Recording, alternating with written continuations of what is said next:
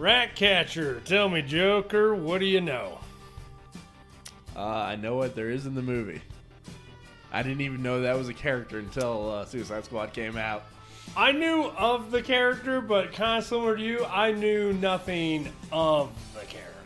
So, yeah, we're going to be both learning today, along with our audience.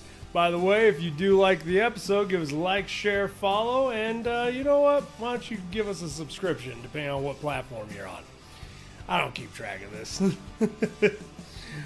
Okay, so let's get into it. Ratcatcher 2 is who we're going to be talking about today, real world. So Ratcatcher, Otis Flanagan, is a character appearing in American comic books and other media published by DC Comics, primarily as an enemy of Batman. Which, out of all the people they could be an enemy of, Batman probably makes the most sense. I mean, it does. But also weird that as an enemy of Batman that it's so unknown and such a small character.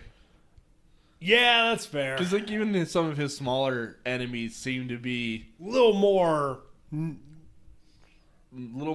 used, I guess. Yeah, I mean, I feel like Condiment King has like more. Yeah. So he does belong to the Dark Knight's Rogue Gallery. Once an actual Ratcatcher in Gotham City, Flanagan sank into a life of crime. Which really makes me want to know what's made him go into the life of crime.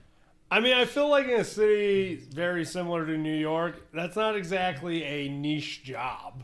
Like I imagine like there's plenty of work. Like it's one of those things like you wouldn't be like, we need people to get rats for us. It's like we're in New York. Somebody's got rats. I'm not saying anything about the job. I was like, what made him really go to crime?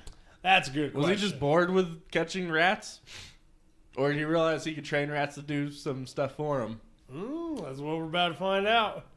Okay, so Ratcatcher first appears in Detective Comics issue number 585, April 1988, and was created by writer Alan Grant and John Wagner and artist Norm Breyfogle? We're going to hope that's right. Once again, we apologize when we butcher names. We're not linguists. All I can think was the first writer or something with Jurassic Park. Ah! Yes. So a female version of this character named Cleo Cazo, or Ratcatcher 2, appears in the DC EU film The Suicide Squad in 2021. Portrayed by Daniela Melchior? I think so. I'm hoping. And Takia Waititi portrays the first Ratcatcher, which is her father. Which is kind of always cool when he makes random appearances like that. All right. I love when he does that. Okay, so that's kind of what we got for Real World. Because, yeah, she has no real world history. Wow. Hence why we had some of her fathers. Okay, fair. Let's get into it. In-universe, childhood. Cleo was born in Portugal and raised by her father. Despite her father's drug problem, he gave his daughter a lot of love and taught her that if rats, the most helpless creature in the world, had a purpose, they did too. Throughout her life, her father taught her to use his gadgets to control rats, getting the animals to bring her things they stole and protect them on cold winter nights. Which kind of a cool animal to be able to control, I feel. I feel like you could get I feel as far as for crime, not a bad pick. That's probably one of the best picks you could have chosen. Right? Especially in a city which clearly has a rat problem if they got rat catchers. Oh, 100%. So, however, Ratcatcher's drug problems would continue to grow, and one day he would die of an overdose, leaving his young daughter alone. And for the next several years, Cleo continued to live on the streets with the rats until she reached adulthood. I mean, when that's all you know, and that's what binds you to your father. I mean, I don't blame her. Yeah. I probably wouldn't be much better at that. Oh, 100% no. I'd continue the work. I mean, why not at that point? It's a cool power. You got it kind of everything you need. As long as you keep your veins clean, you should be fine. Okay, so let's get imprisoned in Belle Rev. Or Rev? Is it Belle? I think it's Belle Rev. Belle Rev. Okay, I think. I've heard it said that way the most. Yeah, it's like I've heard both ways, but I think Rev is the correct one. Let's go with that. It's not the most positive. common one I've heard. That works. So, upon reaching adulthood, she tries to straighten herself out and live the American dream.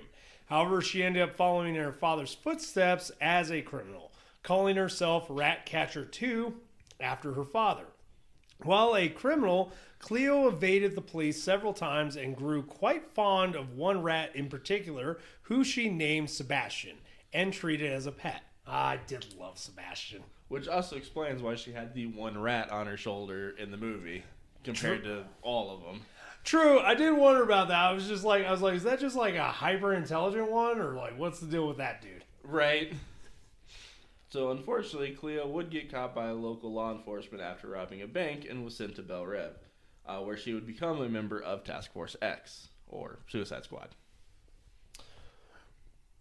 Man, dude, the random characters that end up on the Suicide Squad, I swear.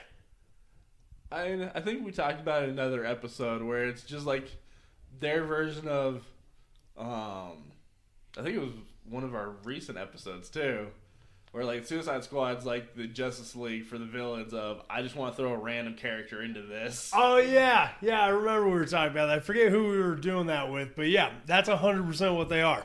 It's like, I want this character to do something, and I got nowhere to put it. And that's fair. So Cleo would take part in and surviving the mission with Task Force X in Corto Maltese. Maltese? Maltese. Which is, the mission we see in the movie. And So that is literally her history. So, yeah. I mean, that's more than the villain we were going to do for Shazam, the second movie. Yeah, that apparently had no history. Yeah. So, I mean, I guess there's something. I mean, this is at least something. So that's all we got for for Ratcatcher 2. Let's get into powers and abilities. Okay, powers and abilities. Abilities. Keen intellect. Cleo was intelligent enough to better the technology made by her father by controlling rats on a large scale to defeat Starro. She was also the one to realize that Starro's spawns could be countered by shielding the face, which was instrumental in allowing the Suicide Squad to survive when others were being controlled. Makes sense. Keep them off your face, away from the brain. Bilingualism. Cleo is able to speak her native Portuguese as well as English, albeit with an accent. I mean, being multilingual is a very useful trait to have. God, is it? God, I wish I was more. So, weaknesses. Hypersomnia. Cleo suffers from hypersomnia, a condition that makes her feel extremely tired and tends to sleep in every moment of the day. She admitted that is unable to work good at daylight due to this disease. I feel like I have that sometimes. Sorry for the people listening who actually do have that and suffer from it. No, we just suffer from depression. That's the sad truth, but the truth.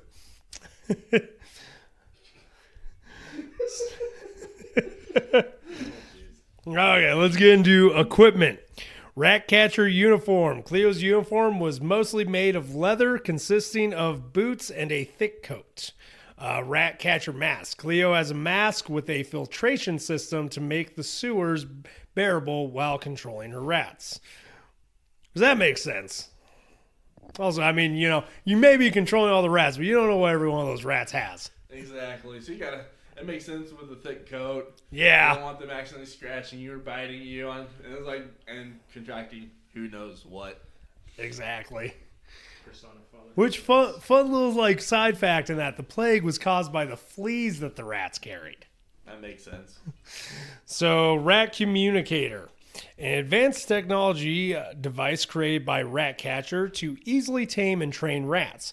Cleo inherited the device after her father's death and used it in her crimes and on the mission to Corto Maltese.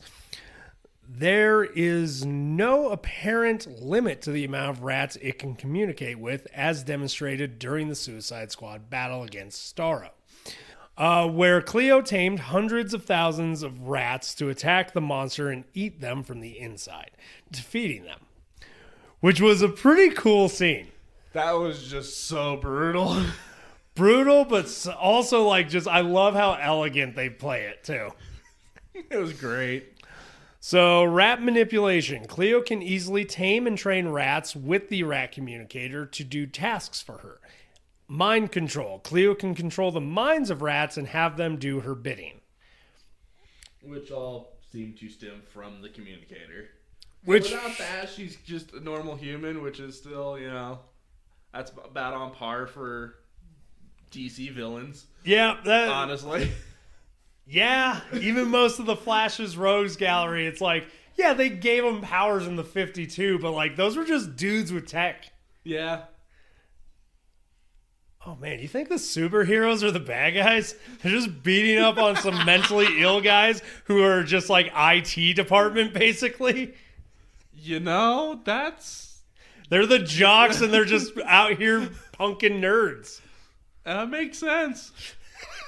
So I guess that makes Batman the only non-bad guy, quote unquote, since he's also just a mentally ill nerd with tech. Yeah. He's like, I'm a jock. I'm just like my buddies. And they're like, no, you're not. He's our rich friend, and we let him hang out with us. Oh, God. New thought process on DC now. I like this fan theory. I'm going to roll with it. Proceed. So, into other media, she only appears in the Suicide Squad. I mean, it's not the shortest list we've had, surprisingly, but it's still up there. Yeah, we have had some that were in nothing. Yeah, we've had like one or two. Yeah, she seems to have literally been made for the movie, and that was it. Because she doesn't appear in comics. Oh, it's kind of like the Daughters of Atlas. Yeah. Just this one had a little better job. Yeah, this one at least had something. Okay, well, I guess I'll ask the question I ask every week, as short as this was. You a fan, Joker? Yes, and I really wish they would do more with her.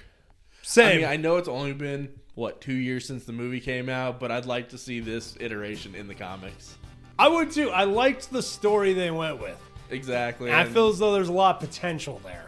And I don't know if that's just because she makes me think of like us, tired and empathetic and lazy. Fair. So yeah, I get that. Well, let's hope DC, if you're listening, do something right for once.